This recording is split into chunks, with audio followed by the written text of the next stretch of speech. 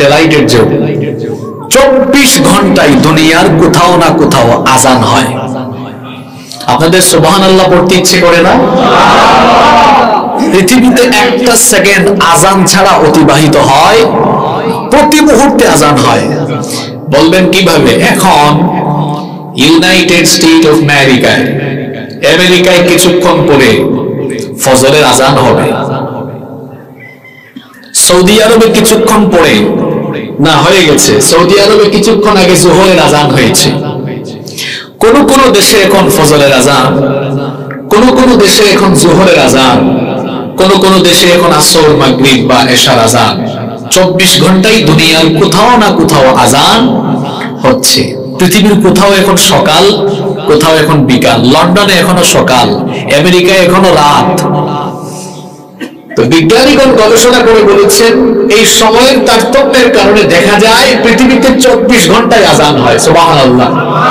আজান হলে মুসলমানরা কি আদায় করে? সালাত আদায় করে। আর সালাতে একমাত্র একটি কিতাব থেকেই তিলাওয়াত হয়। কিতাবের নাম কি? আমাদের বড়লেখায় কি কোন মসজিদে হুজুর সাহেব আল্লাহু আকবার বলে বুখারী শরীফের তিলাওয়াত আরম্ভ করেন নাকি? عن أبي هريرة رضي الله عنه قال قال رسول الله صلى الله عليه وسلم। হাদিস যদি আরম্ভ করেন পিছন থেকে একজন সাধারণ মুসল্লি লুকমা দিবে, আলহামদুলিল্লাহি রাব্বিল আলামিন আর রহমানির রহিম মালিকি ইয়াউমিদ্দিন ইয়্যাকা না'বুদু ওয়া ইয়্যাকা নাস্তাঈন اهدنا الصراط المستقيم صراط الذين أنعمت عليهم غير المغضوب عليهم ولا الضالين। কোন কিতাবের সূরা? আরেকটু জোরে বলেন। সবাই জানে কোরআন তেলাওয়াত নামাজে করতে হয়, অন্য কোন কিতাব থেকে নামাজে তিলাওয়াত করা যায় না। এখানে উলামায়ে কেরাম বসে আছেন। ওয়াহি, কোরআনও হচ্ছে ওয়াহি, হাদিসও হলো ওয়াহি। ওয়াহি দুই প্রকার, একটা হলো ওয়াহিয়ে মাতলু আর একটা হলো ওয়াহিয়ে গায়রে মাতলু। একটা নামাজে তিলাওয়াত হয় আর একটা নামাজে তিলাওয়াত হয় না। কোরআন নামাজে তিলাওয়াত করতে হয় বলে এটাকে বলা হয় ওয়াহিয়ে মাতলু, যেটা তেলাওয়াত করা হয় নামাজে, কিন্তু হাদিস নামাজে তেলাওয়াত করা হয় না। দুটো আমাদের জন্য গুরুত্বপূর্ণ। কিন্তু বলছিলাম এই কোরআনের কথা। তাহলে আজান 24 ঘন্টা হলে নামাজও 24 ঘন্টা হয়। আর নামাজের কারণে পৃথিবীতে আল্লাহর কোন না কোন বান্দারা 24 ঘন্টায় পৃথিবীর কোনায় কানায়, পৃথিবীর চতুর্দিকে দেখা যায় কোরআনের তেলাওয়াত করে। তার মানে সারাংশ কথা, মুদ্দা কথা, খোলাসা কথা, সামারি হলো এই, পৃথিবীতে একমাত্র কিতাব হলো আল্লাহর কোরআন, যেটা অনবরত দিবানিশি 24 ঘন্টা পৃথিবীতে তিলাওয়াত হয়। সুবহানাল্লাহ। পৃথিবীতে কোরআন ছাড়া কি আর এমন কোন কিতাব আছে? নেই। নাম্বার 2। 2 নাম্বার হচ্ছে nobody has ever bothered to read or heard the holy book Quran।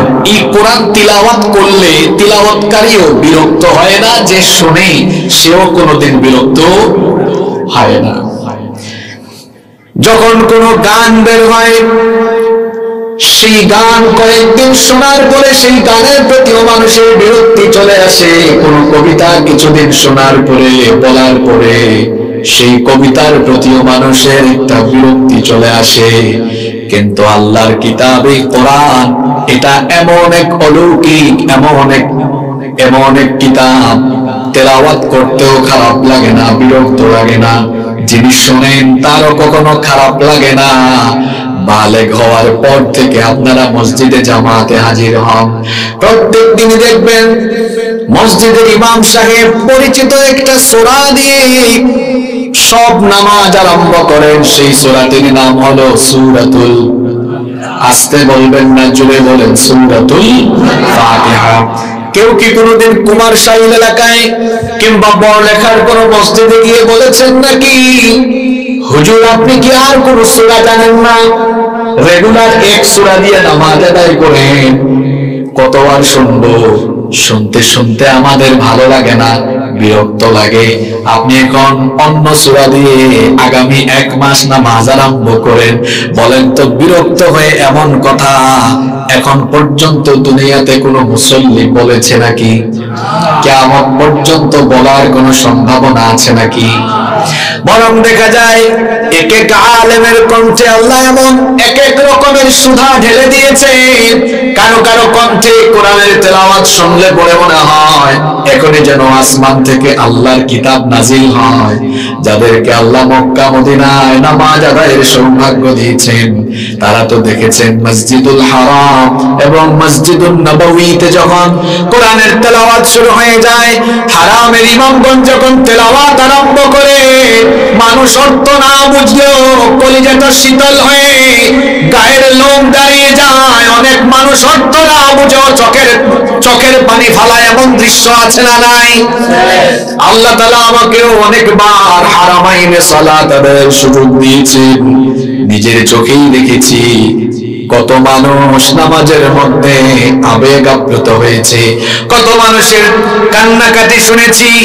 অনেককে জিজ্ঞেস করেছি, ভাই আপনি তো কোরআনের অর্থ বুঝেন না, ইমাম সাহেব যে আয়াতগুলো বললেন কিছুই তো বুঝলেন না, কিন্তু তারপরেও কেন আপনি এত চিৎকার করে করে কান্নাকাটি করলেন? জবাব দিল, অর্থ বোঝা লাগে না, এত সুন্দর করে আল্লাহর কালাম তেলাওয়াত হয়েছে, তেলাওয়াত গিয়ে হৃদয়ে আসর করেছে, কলিজাটা শীতল হয়ে গিয়েছে, গায়ের লোম দাঁড়িয়ে গিয়েছে। অর্থ না বুঝলেও এই কিতাবের তেলাওয়াতে এত মজা, এত ভালো লেগেছে, মনে হচ্ছিল যেন আসমান থেকে এখন কোরআন নাজিল হচ্ছে। আর কোরআনের সুললিত তেলাওয়াতে আবেগে চক্ষুদ্বয় দিয়ে পানি এসেছে, আমি টেরও পাই না। সুবহানাল্লাহ। বলেন তো পৃথিবীতে কোরআন ছাড়া আর কোন কিতাব আছে যেটা শুনলে মানুষ চোখের পানি ঝরায় না, খারাপ লাগে? এমন কোন কিতাব কোরআন ছাড়া আর আছে? কথা বলেন, আছে? নাই। তাহলে পৃথিবীর একমাত্র কিতাব হলো কোরআন। তেলাওয়াত করলে শুনলে কোনোদিনও বিরক্ত লাগে না, খারাপ লাগে না। Number 3, 3 number, the number of the people who have memorized the holy book Quran is countless. পৃথিবীর একমাত্র কিতাব হলো কোরআন। এই কোরআনের যত হাফেজ দুনিয়াতে আছে, পৃথিবীর অন্য কোন বইয়ের এত হাফেজ মুখো ঠাটা ভরে গেল নেই, মাত পালন করে। কথা বলেন, আছে? আপনি দেখুন তো আপনার শাহবাজপুর ইউনিয়নে কোরআনের যত হাফেজ আছে, অন্য কোন বইয়ের এত হাফেজ। যে সকল ছেলেমেয়েরা স্কুলে পড়ে থাকে, বলবেন তোমার বাংলা বইয়ের তুমি কয়টা কবিতা পারো? সে বলবে 2টা 3টা 4টা 5টা। ইংরেজি বইয়ের কয়টা কবিতা পারো? সে বলবে মাত্র কয়েকটা। অন্যান্য বইয়ের কয়টা পাতা মুখস্থ? বলবে কয়েক পাতা। আর এখন তো মুখস্থ করাও লাগে না, ঠিক কিনা? এখন তো কারিকুলামের যে অবস্থা, আমরা ছাত্র জামানায় শুনতাম মানুষজন বলে ছাত্র জীবন মধুর জীবন, যদি না থাকতো এক্সামিনেশন। এখন তো পরীক্ষাও নাই, পরীক্ষা পদ্ধতি বিরাট পরিবর্তন এসেছে। এখন চতুর্ভুজ দেয়, বৃত্ত দেয়। জানেন কিনা আপনারা এগুলো? এখন সন্ধান করে ছেলেমেয়েরা পড়াশোনা করে না, কাগজ কেটে ফুল বানায়, আঁকাআঁকি করে, পরের দিন ক্লাসে নাটক ফাটক করবে, গান গাইবে, তার রিহার্সাল করবে। মাদ্রাসা বলেন আর স্কুল বলেন, এগুলোকে যেন আজ এক একটা শিল্পকলা একাডেমিতে পরিণত করা অপচেষ্টা চলছে। এই অপচেষ্টাকে রুখে দেওয়ার জন্য প্রত্যেকটি মানুষকে নিজের জায়গা থেকে প্রতিবাদ জানাতে হবে। আমাদের ট্যাক্সের পয়সায় বই ছাপিয়ে, আমাদেরই ট্যাক্সের পয়সায় বেতন খেয়ে, আমাদের ট্যাক্সের পয়সায় এসির বাতাস খেয়ে, আমাদের ট্যাক্সের পয়সায় গাড়ির পেট্রোল জ্বালিয়ে, আমাদের কচিকাঁচা সোনামণিদেরকে অপসংস্কৃতি চর্চা করিয়ে এবং তাদেরকে ট্রান্সজেন্ডারের মতো ভয়াবহ বিষয় অধ্যয়ন করিয়ে সমকামী বানানোর এই অপচেষ্টা রুখে দিবে জনগণ, বরদাস্ত করবে না দেশের মানুষ। জন্য প্রত্যেকটি জায়গা থেকে সচেতন হতে হবে। আমাদের মাদ্রাসাগুলোতে এখন হাত দেওয়া হয়েছে। আমাদের মাদ্রাসাগুলোর বইয়ের মলাট দেখলে মনেই হয় না এগুলো মাদ্রাসার বই। ধর্মীয় শিক্ষা প্রতিষ্ঠানগুলোর শিক্ষা ব্যবস্থাকে আজ ধর্মহীন করে দেওয়ার অপচেষ্টা চলছে। আমরা শুধু মাহফিলের মধ্যে আর মসজিদের খুতবার মধ্যে সীমাবদ্ধ থাকলে হবে না। আমরা যদি মনে করি যে ওয়াজ করে আর মসজিদে খুতবা দিয়ে দিয়ে মানুষকে ভালো বানিয়ে ফেলবো না, একটা জাতিকে ধ্বংস করে দেওয়ার জন্য ওই জাতির শিক্ষা কারিকুলামকে যদি ধ্বংস করে দেওয়া যায়, ওই জাতি এমনিতেই নষ্ট হয়ে যাবে। ইবলিস এখন রিটায়ার্ডে চলে গেছে। ইবলিসও অবাক যে এইরকম শয়তানি পাইলো কেমনে তারা। শরীফ থেকে শরীফা, কি শয়তানি আপনারা চিন্তা করেছেন? এগুলো যদি ক্লাস 7 এর ছেলে মেয়েরা পড়ে, এই মন মানসিকতা নিয়ে সে বড় হবে। আর এই মন মানসিকতা নিয়ে তারা যদি বড় হয়, তাহলে তো আমাদের সমাজ, সভ্যতা, রাষ্ট্র ধ্বংসের মুখে, হুমকির মুখে পড়ে যাবে। ক্লাস 7 এ মুন্না যখন পড়ছে, শরীফ শরীফা পড়ে বড় হয়েছে, ইন্টারমিডিয়েট বা ইউনিভার্সিটিতে যাওয়ার পরে শরীফ যদি মুন্না যদি তার হোস্টেলের সিট দরকার হয়, হলের সিট দরকার হয়, হোস্টেল সুপারকে যদি বলে, স্যার দেখেন আমি দেখতেও মুন্না, সার্টিফিকেটও নাও মুন্না, এখন আমার কলেজে অথবা ইউনিভার্সিটির হোস্টেলে সিট লাগবে, কিন্তু মনে মনে এখন আমি মুন্নি, আমাকে মহিলা হোস্টেলে সিট দেন। আপনারা হুন্ডরানি বুঝরানি মাঝে মাঝে তোরা 1-2 লাখ হয়ে মহারার মাসও 2-3 দিন সুযোগ পাইতো সিলেটি মাতার, এই সুযোগ তো মিস করা উচিত না। নিজের এলাকার মানুষের সামনে কত মিলিয়ন আর কন্ট্রোলের ভিতরে থাকা যায়। আপনারা বেজাবে জীবনে আচ্ছা, আপনার যদি হয় না বেজার ডাকাইয়া মাত মাতুর কাহিতে হিতাও পারে, হিতা মাতলে ডাকাইয়া আবার আমরা লোকে পরে হইতে না ইনশাআল্লাহ। তো যেখান হইতাম সেইরাম মুন্নায় যদি হয় সার দিয়াও কা আমারে মুন্নি হলো লগে সিট, তো মুন্না মনে মনে মুন্নি হইয়া ফুরির তো এই সোসাইটির ভিতরে হামাইলে কি তো বুঝলাম শিয়াল মুরগির খামারের খান্দাত কে এখন আমার মুরগি আমার দেখরাই শিয়াল খান, কিন্তু মনে মনে আমি মুরগি। মুরগি তো বৃত্তে যদি দয়া মায়া আমার তারা যদি হয় অসুবিধা নাই, এ দেখতে শিয়াল কিন্তু মনে মনে হট যেহেতু মুরগি, তা রাখিলাম আমরা লগে তা হোক দেন। এখন শিয়াল মনে মনে মুরগি হইয়া যদি মুরগির খামারের ভিতরে হামাইতে পারে, তো সকালবেলা একটা মুরগি থাকবো না মাতুন না খানে খাইয়া সারা সোফা করি ফেলাই দিব। শিয়াল মনে মনে মুরগি হইয়া মুরগির খামারের ভিতরে হামাইলে মুরগির যে আলো দিব, মুন্না মনে মনে মুন্নি হইয়া ফুরিন্তর হোস্টেল হামাইলে, আমার ফুরিন্তর সমাজের ভিতরে হামাইলে ফুরিন্তর বেটিন্তর নারী হলো একই দশা হইলে। আরো বুঝলানি সমাজের মাঝে কিসা নষ্টামি আরম্ভ হইব। মুন্না যদি মনে মনে হয় আব্বা ও আম্মা আমি মুন্নি হয়ে গেছি, এখন আমার বিয়া দেওয়ার সময় দাও, মুন্না মার্কা খেল লগে বিয়া। এখন মুন্না যদি মুন্নি হয়, যদি হয় আমি মনে মনে মুন্নি, এখন তারা তো বিয়া দেওয়ার সময় যদি কোনো ফাল লগে বিয়া দেন, বাসর করে বিয়া দেখা যাইব, বেজাল লাগছে, দুইটা বেজাত। হে মনে মনে মুন্নি হইলে মুন্নি এত মনে মনে মুন্নি হয়েছে, কিন্তু তার মাঝে যেটা আছে সব তো মুন্না। তখন সমকামিতা সমাজও সরাইব, আর সম্পদ বাটা রইলে তো আরো বিরাট বড় বেড়া লাগবে। আমার ফুরি মুন্নি যদি হয় আব্বা এত বছর আমি মুন্নি আসলাম, কিন্তু এখন জায়গা জমিনের বাঘ বাটুয়ারা যেহেতু করবাই, মনে মনে এখন আমি মুন্না বাটো গাছান সম্পদ এখন সাইডে বাড়ি ফেস রাখবো কি রাখতো না। তাহলে এই ট্রান্সজেন্ডার এটা হলো একটা শয়তানি, এটা একটা বদমাইশি মতবাদ। এই শয়তানি বদমাইশি আমাদের সোনামণিদের বইয়ের ভেতরে ঢুকিয়ে দিয়ে আমাদের আগামী প্রজন্মকে সমকামী এবং আগামী প্রজন্মকে নষ্ট করার অপচেষ্টা বরদাস্ত করা হবে না। প্রত্যেকটা মানুষকে জেগে উঠতে হবে। সম্মানিত উপস্থিতি, যেই কথা বলছিলাম, কোরআন হচ্ছে এমন একটা কিতাব, এই কিতাবের যত মুখস্থকারী দুনিয়াতে আছে, অন্য কোন বইয়ের এত মুখস্থকারী পৃথিবীতে জোরে বলেন আছে নাই। আপনি দেখুন তাওরাত, জাবুর, ইনজিল বা বাইবেলের ওল্ড টেস্টামেন্ট, নিউ টেস্টামেন্ট, কোন বইয়ের এত হাফেজ দুনিয়াতে আপনি পাবেন না, কিন্তু গোটা পৃথিবীতে কোরআনুল কারীমে কোটি কোটি হাফেজ আছে না নাই? আপনি আপনার ইউনিয়নের দিকে লক্ষ্য করে দেখেন, এই ইউনিয়নে প্রত্যেকটা ওয়ার্ডেই দেখবেন আপনি অনেক হাফেজ পাবেন, এই বড়লেখায় দেখবেন আপনি শত শত হাফেজ পাবেন, মৌলভীবাজার জেলায় আপনি হাজার হাজার হাফেজ পাবেন, সিলেট বিভাগে আপনি হাজার হাজার হাফেজ পাবেন, গোটা বাংলাদেশে আপনি লক্ষ লক্ষ কোটি কোটি হাফেজ পাবেন। কিন্তু বলেন তো অন্য কোন কিতাবের কি এত হাফেজ আছে নাকি? আবার এই কিতাবকে মুখস্থ করার জন্য সহজ করে যিনি দিয়েছেন, গলার আওয়াজ বড় করে সবাই বলেন তিনি কে? এজন্য রব্বুল আলামিন কোরআনুল কারীমের মধ্যে বললেন, ওয়ালাকাদ ইয়াসসারনাল কুরআনা লিযিকরি ফাহাল মিন মুদ্দাকির। তোমাদের পড়ার জন্য, বোঝার জন্য, মুখস্থ করার জন্য এই কিতাবকে সহজ করে যিনি নাজিল করেছেন তিনি কে? এটা যদি সহজ না হতো তাহলে কি আমার হাফিজ ভাইয়েরা মুখস্থ করে রাখতে পারতো? পারতো না। আবার এই হাফেজে কোরআন দুনিয়াতে থাকার কারণে কোরআনুল কারীমকে এক অভিনব কায়দায় হেফাজত করছেন কে?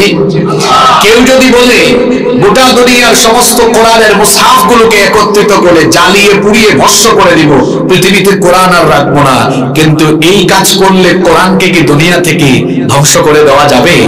যাবে না। নকুল কুমার বিশ্বাস লোকটা হিন্দু, কিন্তু এত সুন্দর করে সে এই কবিতাটা লিখে, পরে অবশ্য সুর দিয়েছে, গান হয়ে গিয়েছে, এত সুন্দর করে কথাটা বলেছে, তার জন্য দিল থেকে দোয়া আসে, এখনো বেঁচে আছে, আল্লাহ যেন তাকে হেদায়াত দিয়ে দেয়, বলে না। যদি আগুন লেগে ধ্বংস হয়ে যায়, যদি আগুন লেগে যায় পুড়ে যায়, পৃথিবীর সব বইয়ের দোকান বিশ্ব থেকে হারাবে না, বিশ্ব থেকে হারাবে না পবিত্র কোরআন। হারাবে? করবে কেমন করে কোরআন ধ্বংস আগুনের তেজ? করবে কেমন করে কোরআন ধ্বংস আগুনের তেজ? আছে বিশ্ব ভরা অগণিত কোরআনে হাফেজ, তারা ছাপায় আসমানি গ্রন্থ, তারা ছাপায় আসমানি গ্রন্থ, বাঁচাবে কোরআনের মান, বিশ্ব থেকে হারাবে না, বিশ্ব থেকে হারাবে না পবিত্র কোরআন। আল্লাহু আকবার। তাম দুনিয়ার কোরআন বিরোধীরা একমত হয়ে সমবেত হয়ে যদি কোরআনের এই কপিগুলোকে জ্বালিয়ে দেয়, তারপরেও তারা কোরআনকে পৃথিবী থেকে নিশ্চিহ্ন করতে পারবে না, কারণ কোটি কোটি হাফেজদের সিনার ভিতরে এই কোরআনকে অভিনব কায়দায় যিনি সংরক্ষণ করে রেখেছেন, গলার আওয়াজ বড় করে সবাই বলেন তিনি কে? 4 নাম্বার, আপনারা কোরআন অনেকেই তেলাওয়াত করেন, আমিও জানি, কিন্তু এই বিষয়টি কয়জন আমরা খেয়াল করেছি?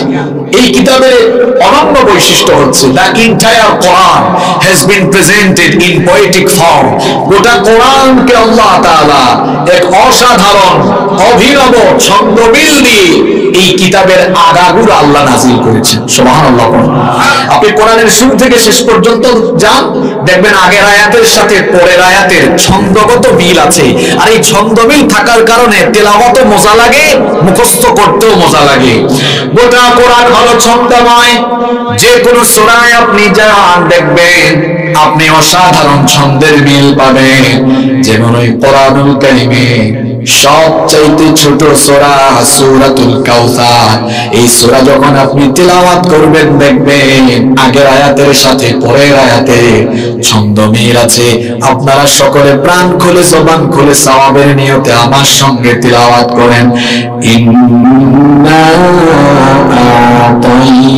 আতাইনাকাল কাউসার ফাসাল্লি লিরাব্বিকা ওয়ানহার ইন্না শানিআকা হুয়াল আবতার। বলেন তো প্রত্যেকটা আয়াতে ওয়াকফের কারণে রা সুকুন হয়, যেমন ইন্না আতাইনাকাল ফাসাল্লি লিরাব্বিকা, ইন্না শানিআকা হুয়াল, বলেন তো ছন্দের মিল আছে না নাই? আপনি সূরা ইখলাস পড়েন, কত সুন্দর সূরা, কুল হুয়াল্লাহু আল্লাহুস লাম ইয়ালিদ ওয়া লাম ইয়াকুল লাহু কুফুয়ান আহাদ, মিল আছে না নাই? সূরা কারিআ পড়ে দেখেন, আল কারিআ মাল কারিআ ওয়া মা আদরাকা মাল কারিআ ইয়াওমা ইয়াকুনুন নাসু কাল ফারাশিল মাবথুস ওয়া তাকুনুল জিবালু কাল ইহনিল মানফুস। বলেন তো আগের আয়াতের সাথে পরের আয়াতের ছন্দ মিল আছে না নাই? কোন সূরায় যাবেন? সূরা ইনফিতার পড়ে দেখেন, এত সুন্দর, ইযাস সামাউ ফাতারাত ওয়া ইযাল কাওয়াকিবু ইনতাসারাত ওয়া ইযাল বিহারু ফুজ্জিরাত ওয়া ইযাল কুবুরু বুসিরাত আলিমাত নাফসুম মা কদ্দামাত ওয়া আখখারাত। আমাদের পছন্দের সূরা সূরা রহমান পড়েন, দেখবেন কত মজা লাগে, কত সুন্দর ছন্দ মিল। আর রহমান আল্লামাল কুরআন খালাকাল ইনসান আল্লামাহুল বায়ান। আগের আয়াতের সাথে পরের আয়াতের ছন্দের মিল আছে না নাই? কোরআন ছাড়া পৃথিবীতে আপনি অন্য দ্বিতীয় কোনো কিতাব পাবেন না যেখানে আগের আয়াতের সাথে, আগের কথার সাথে পরের কথা এত সুন্দর ছন্দমিল। গোটা কোরআনটাকে এত সুন্দর করে ছন্দমিল করে যিনি নাজিল করেছেন, শরীরের সবটুকু শক্তিগুলার মাঝ বরাবর এনে সবাই বলেন তিনি কে? নাম্বার 5 নম্বর হলো, আমরা তো বর্তমানে বিজ্ঞানের যুগে বসবাস করে নিজেকে সবাই বিজ্ঞান মনস্ক বলে দাবি করি। আপনি ভাববেন না যে 1500 বছর আগে মধ্যযুগে এই কোরআন নাজিল হয়েছে বলে এটা এখন ব্যাকডেটেড আর আমরা এখন অনেক আপডেটেড, এটা ভাববেন না। এই বিজ্ঞানের যুগেও আপনার বিজ্ঞান কোরআন থেকে বহু পিছিয়ে আছে। There is no contradiction between the Holy Book Quran and science. কোরআনের সাথে বিজ্ঞানের কোনো দ্বন্দ্ব নাই। আলহামদুলিল্লাহ, আল্লাহর দয়ায় আমি তো কোরআনিক সায়েন্সের উপরে অনার্স এবং মাস্টার্স করেছি, যার কারণে কোরআন বিজ্ঞান নিয়ে পড়াশোনা গবেষণার সুযোগ হয়েছে। আলহামদুলিল্লাহ, এই কোরআনে 6000-এর উপরে আয়াত, আপনি জানলে অবাক হয়ে যাবেন। এই 6000-এর উপরে আয়াত, তার মধ্যে বিজ্ঞানের বিভিন্ন শাখা প্রশাখার ব্যাপারে কোরআনের 1500-এর উপরে আয়াত আছে। আল্লাহু আকবার। বিজ্ঞানের কোন শাখার কথা এখানে নাই? এখানে আছে কসমোলজি, এখানে আছে হিউম্যান এমব্রায়োলজি, এখানে আছে অ্যাস্ট্রোনমি, এখানে আছে physics, chemistry, biology, marine science, geology. বিজ্ঞানের এমন কোন শাখা নাই যে ব্যাপারে কোরআনের ভেতরে আলোচনা আসে নাই। আল্লাহু আকবার। বিজ্ঞান তো নতুন নতুন তথ্য বের করে যখন পৃথিবীকে জানায়, প্রথমে তারা ভাবে মনে হয় এগুলো তারাই প্রথমে জেনেছে। মুসলমানরা এখন তো কোরআন ঝাড়ফুঁকের কিতাব বানিয়েছে, মুসলমানরা এটাকে খতমের কিতাব আর ওয়াজ মাহফিলে ওয়াজ শোনার কিতাব বানিয়েছে। অথচ এই কোরআন হচ্ছে জ্ঞান বিজ্ঞানে ভরপুর, জ্ঞান বিজ্ঞানের উৎস, এটা হেদায়েতের কিতাব। মুসলমানরা কোরআন বুঝে না বলে পৃথিবীতে এখন তারা অধিকার বঞ্চিত। আপনি দেখুন এই কোরআন কেমন অলৌকিক কিতাব।